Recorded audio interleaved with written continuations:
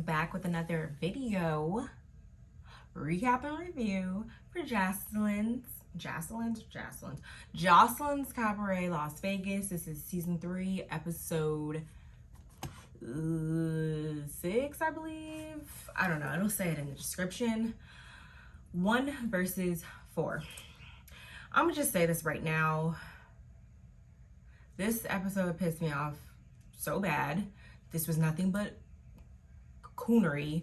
I'm not sure if this might be my first and last season reviewing this, because this was just, at this point, it's not even funny.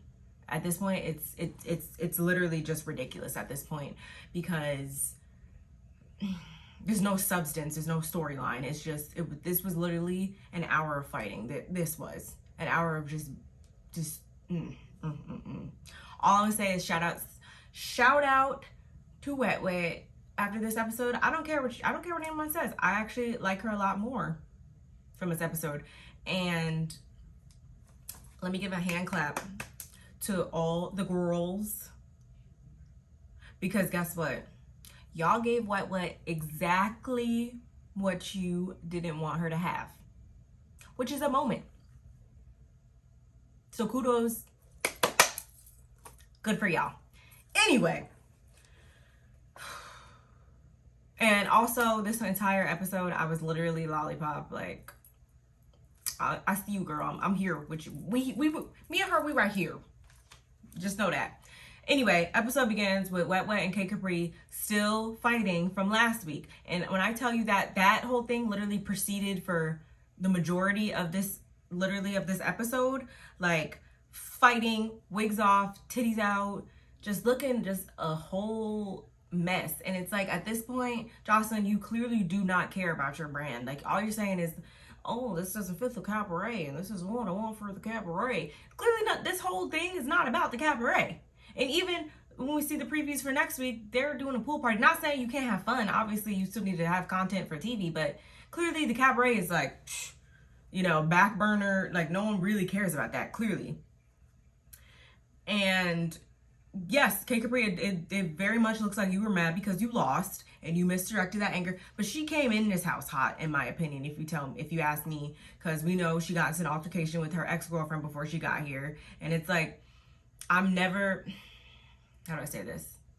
Because I'm never downplaying any domestic violence situations, anything like that, or, I'm not victim blaming, nothing like that. But it's just like, for someone to have just gone through a physical altercation that clearly had a bad effect on you, yet you go around, you're in, at this point, I don't care, you're instigating fights because you threw that water first. That did not have to happen. I don't care. You did that first. It just doesn't really make sense to me. Raven has Wet Wet's wig on, acting crazy. Then out of nowhere, K Capri and Wet Wet, they finally get broken up. Wet Wet's over here. Black Diamond thinks it's okay to come with the water bottle and like slam it on her face. She tries to hit her. So then Wet Wet is literally fighting with her. And then of course Raven comes up too with the wig still on, trying to fight her. Security's like there. It's just too much. K Capri's over here yelling the entire time. Like, and it got to a point with her, she was literally screaming like bloody murder. Like, and it was just like, ew, like, what is wrong with you? Like, it was way too much. Like, so then it was like 2-on-1 or 3-on-1 at one point. I don't even know. Raven screaming, "You're out, you're out." And K Capri was saying stuff along those lines too, like, "You're not gonna be back at the house." And Joseline the whole time is just like, and I'm just like, do something. Like, if you care about your brand, you would have did something, but you clearly don't. So when I tell you guys, it was just cringy at this point. It wasn't even funny. And the whole winners, the 5 winners, they're sitting over there like still waiting for their toast. Never came, by the way. It was just stupid. More water gets thrown. And then at one point, K Capri was on this side of the bar. Wet Wet was behind the bar. And I guess, yeah, she throws more water at her. So she threw back, I guess, a can of Red Bull, and it gave her a little cut right here. K Capri, a little cut right under her eye. So then for the rest of the episode, she pretty much was even more mad now that she got cut up or whatever, talking about, I guess Wet Wet wasn't fighting fair in her opinion. And I'm just like, sorry, anybody can call me what you want, I don't care. But as soon as you lay hands on me and you're attacking me, all of that goes out the window. I don't care. I don't care. And especially maybe, you know, sorry, like not saying size matters as far as like being able to fight, because I've seen some of the biggest people go down hard and fast. But yeah, maybe she did feel, you know, you got height on me, because that's all I saw when she was attacking her. She was coming up from here, you know, obviously, whatever. And it's just like, so yeah, maybe she did feel like she needed to defend herself and take it up a notch and put herself on an even playing field with you, and she threw that. I don't care. It all goes out the window when you attack me. I don't give a damn. I don't, like, because it's me and you, and only one of us can, if only one of us can walk away, I'm betting on me every time. Like, I don't care. Unapologetic AF. Wet jumps on the bar at one point. It was so much, y'all. It was so much. Kay Capri's talking about, I'm going to put my dick so far down your throat that you're going to choke and die. And I'm just like, wait, what? So you get mad at people for calling you a man, and then you say certain stuff like that. Bro, it was literally not making any sense. Like, any sense. Ballistic, I didn't even notice he was there until I noticed he was there. He's like, what the F? Like, everyone's just like, what is going on? Finally, Joseline goes to talk to Kay Capri, and she's all like, just doing way too much. Wet's in the background. Yes, of course. It was so much going on, y'all. Like, if you haven't watched the episode, like, so then at this point, Wet's back kind of in the back hallway, like back. Security turns her back for a split second, so Raven thinks it's okay to, literally, she was sprinting towards this lady.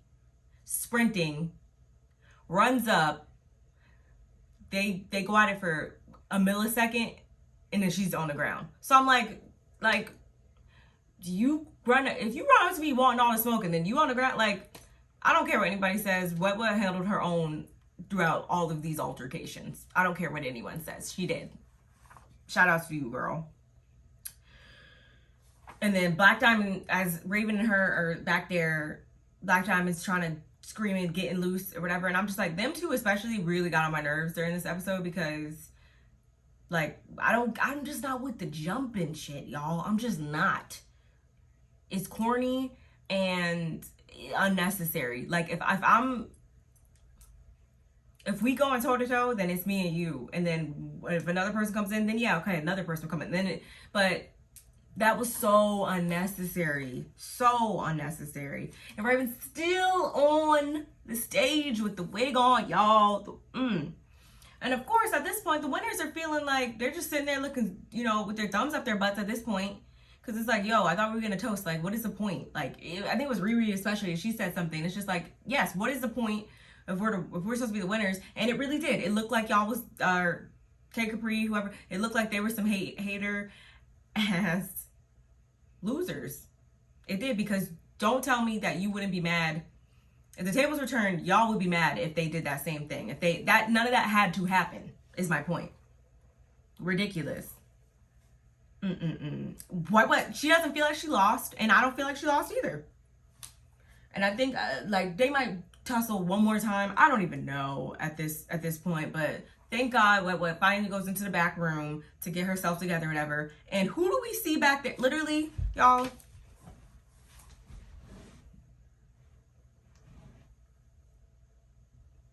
Jesus loves me, for the Bible tells me so. Bruh, when I tell you, this Gaia pops up out from under this desk or whatever, like, what are you even doing back here? Start saying all this crazy stuff once again.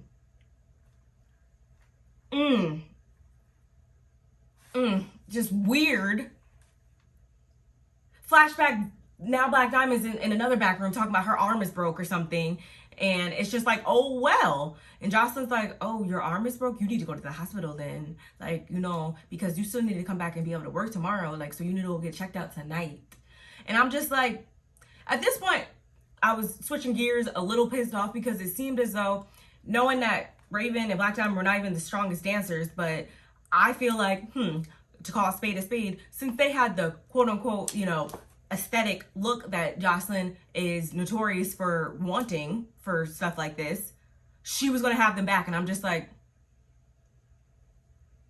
favoritism much, something, colorism much, something much. It just didn't make sense at that point. I'm like, so why do you want them back so bad? Like, but clearly they were the problem, but you are just going to bypass that because they fit the look that you're going for, I'm sure, right? Even though they don't have the talent to back it up. I got you, girl. I got you, girl. Like, it's okay. We'll still accommodate y'all. And then it's like, but at the same time, Wet Wet's a hoodlum. Like, it just doesn't make sense to me. And finally, thank God, Joseline goes to talk to Wet Wet, and she tells it like it is, because that's what it was. They all ran up on me, and I handled them one by one, or two by one, 3 by 1, whatever you want to call it. That's what it was. At the end of the day, we all saw it. We all saw it. I don't know why I said something about Gaia before, but anyway, this is when Gaia does that whole thing. She pops her head up, and Wet Wet's like, what are you doing? So they go back and forth for a second until Gaia starts being super weird, and then they kind of start doing a little bit of this, and I'm like, oh, here we go. And literally, when I tell you this girl literally did her infamous pickup, body slam, whatever, pinned her down to the ground move, talking about some, I'm casting the demon, I am casting the demon out of you, get out of here, demon, not my mother, not my husband, go away out of my family. You are done for eternity. Like, what the bro? I cannot make this up. If I am lying, I am flying. Like, finally security comes in, and Wet Wet's like, yo, what the?